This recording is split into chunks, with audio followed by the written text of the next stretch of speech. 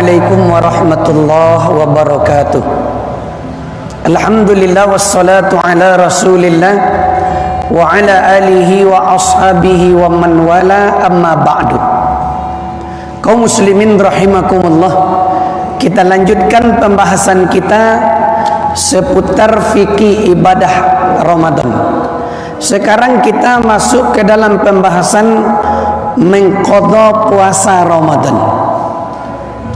Siapa yang tidak berpuasa tanpa uzur syar'i, mayoritas ulama berpendapat maka ia wajib menggantinya di hari yang lain di luar bulan Ramadan. Ya. Jadi kalau ada di antara kaum muslimin dan kaum muslimat yang tidak berpuasa bukan karena alasan syar'i, maka nanti setelah selesai Ramadan, menurut pendapat mayoritas ulama, dia tetap wajib mengqadhanya.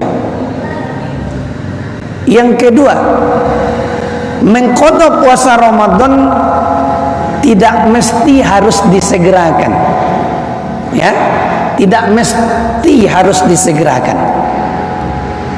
Sebagaimana di dalam hadis yang diriwayatkan dari Aisyah radhiyallahu anha, beliau berkata, aku memiliki hutang puasa Ramadan, tetapi aku tidak sanggup menggantinya kecuali di bulan Sya'ban.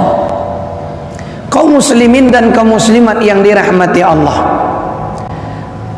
kenapa ibunda Aisyah radhiyallahu anha dia menggantinya di bulan Sya'ban? Alasannya adalah karena dia sibuk membantu Nabi sallallahu alaihi wasallam menyampaikan dakwah ini.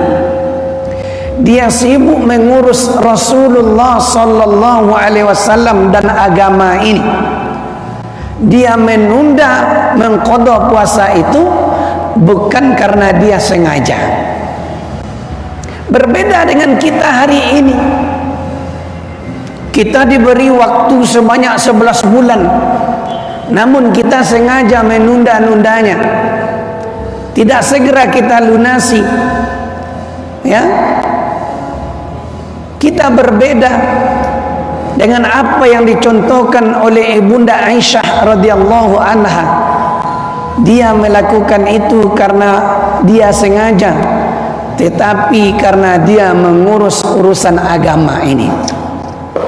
Namun ketika kita tidak ada urusan kita, lapang waktu kita, maka sebaiknya kita hendaklah menyegerakan melunasi hutang puasa kita, karena hutang kepada Allah itu jauh lebih utama dilunasi daripada hutang kepada manusia.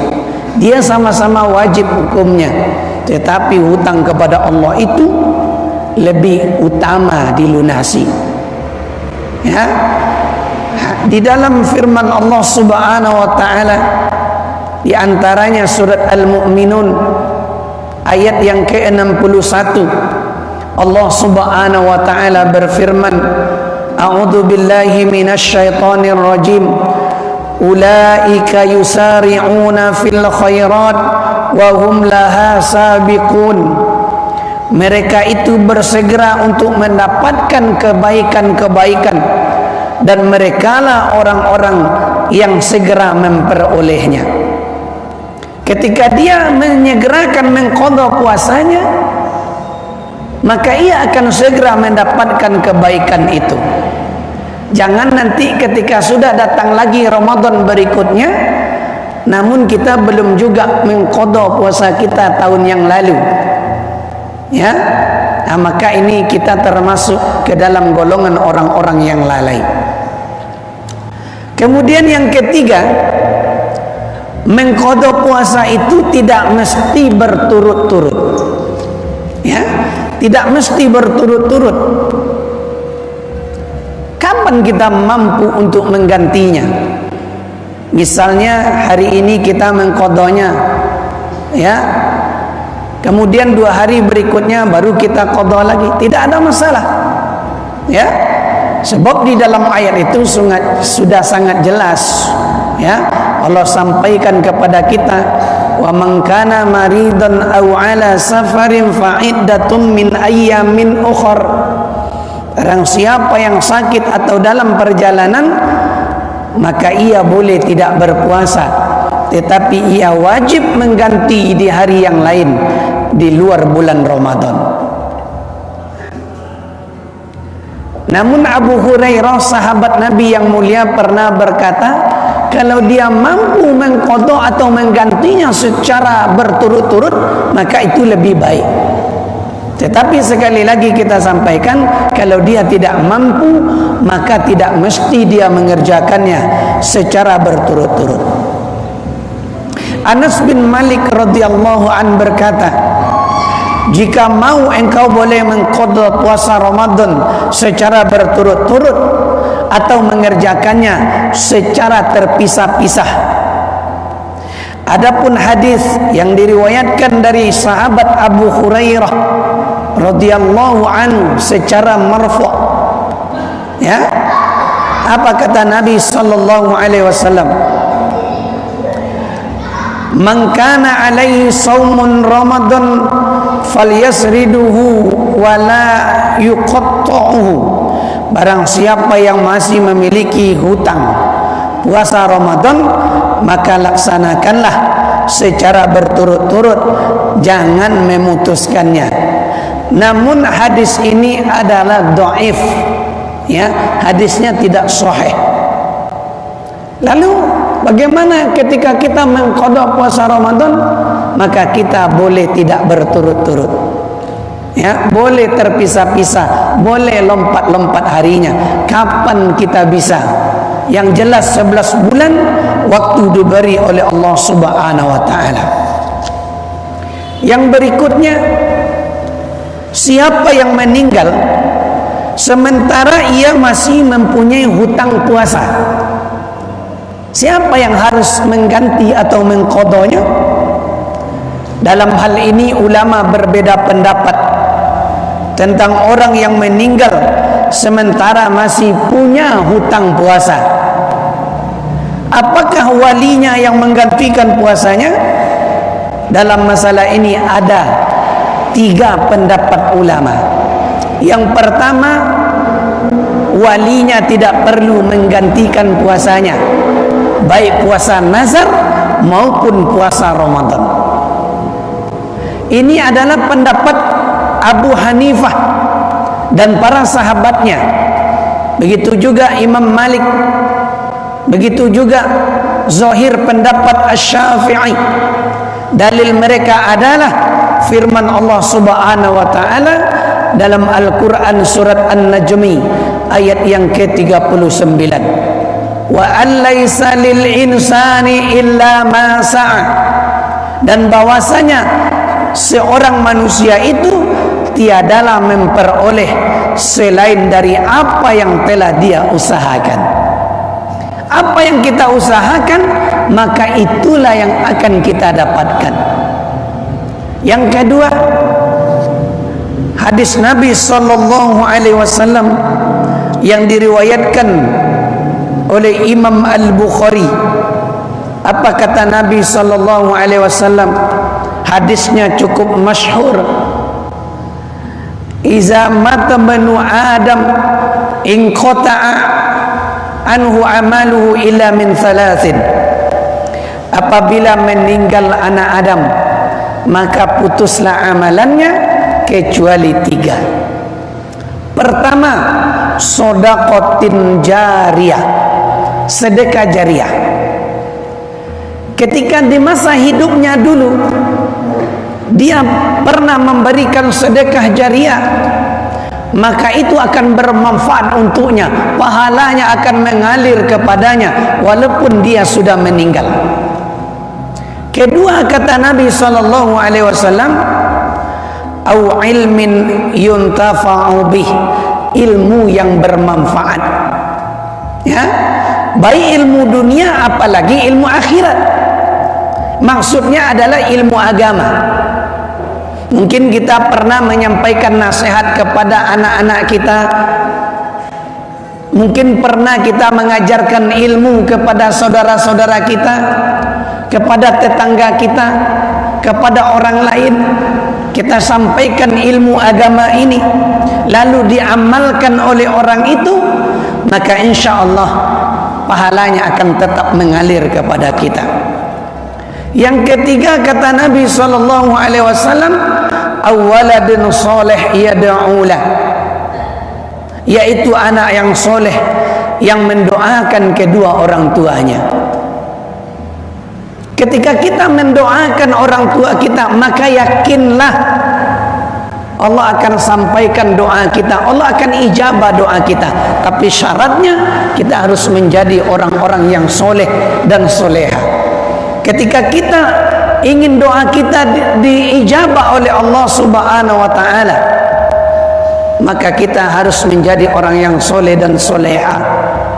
Ya, apapun yang dikerjakan oleh anak yang soleh dan soleha, bukan hanya sekedar doa saja, termasuk amal-amalannya yang lain, maka pahalanya akan mengalir kepada Allah Subhanahu wa ta'ala, akan dialirkan oleh Allah, ya, kepada orang yang sudah meninggal tadi oleh Allah Subhanahu wa ta'ala. Yang ketiga,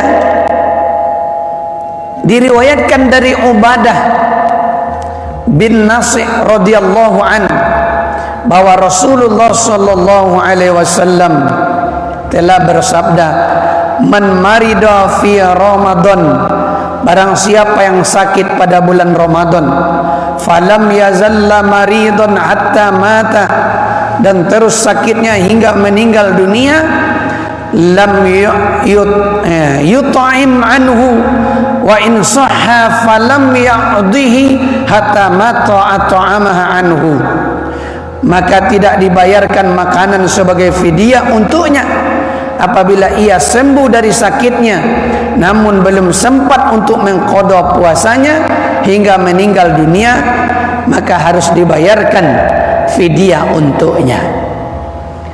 Namun kata para ulama, seandainya hadis ini sahih, maka itu bisa dia lakukan dengan membayar fidyah. Tapi sebagian ulama yang lain mengatakan ini hadisnya tidak sahih. Itu menurut pendapat ulama yang pertama. Adapun menurut pendapat ulama yang kedua, ketika orang yang sudah meninggal lalu dia masih mempunyai hutang puasa, maka walinya lah yang menggantikan puasanya, baik puasa nazar maupun puasa qada secara mutlak. Apa dasar mereka? Yang pertama adalah hadis yang diriwayatkan dari Aisyah radhiyallahu anha bahwa Nabi sallallahu alaihi wasallam bersabda, man mata wa alaihi saumun soma anhu waliyuhu, barang siapa yang meninggal dunia sementara masih memiliki hutang puasa, maka walinya lah yang menggantikan puasanya itu. Seandainya orang tua kita meninggal, ya, hari ini, lalu dia masih mempunyai hutang puasa beberapa minggu lagi, maka kalau menurut hadis ini walinya lah yang akan menggantikannya. Mungkin kita sebagai anaknya, ya, mungkin dia sebagai istri, atau yang meninggal istri, maka suaminya lah yang menggantikannya. Kedua, hadis yang diriwayatkan dari Ibnu Abbas radhiyallahu anhuma, ia berkata, seorang laki-laki datang menghadap Nabi sallallahu alaihi wasallam seraya berkata, ibuku meninggal dunia sementara ia masih mempunyai hutang puasa sebanyak 1 bulan. Dalam satu riwayat dia puasa nazar. Apakah aku boleh untuk berpuasa untuknya? Maka Rasulullah sallallahu alaihi wasallam pun menjawab, na'am, ya, ya, fadainullahi ahaqqu ayyuqada, karena hutang kepada Allah itu lebih wajib dilunasi Begitu jawab Nabi sallallahu alaihi wasallam. Yang ketiga, pendapat ulama tentang masalah ini, utang puasa nazarnya digantikan, bukan qada puasa Ramadan. Ya. Namun dari tiga pendapat ini, pendapat yang paling kuat adalah boleh berpuasa untuk si mayat secara mutlak, baik puasa qada maupun puasa nazar. Kenapa? Karena keumuman di dalam hadis yang diriwayatkan oleh Aisyah tadi, ya, tidak dikhususkan dalam salah satu bagiannya dalam hadis Ibnu Abbas radhiyallahu anhuma, kecuali jika terjadi kontradiksi, ya. Maka di dalam hadis riwayat Aisyah itu sudah dijelaskan, man mata wa alaihi shaumun shama anhu waliyu. Barang siapa yang meninggal dunia sementara masih memiliki hutang puasa, maka walinya lah yang menggantikannya. Mudah-mudahan apa yang kita sampaikan ini ada manfaatnya. Terima kasih atas segala perhatian.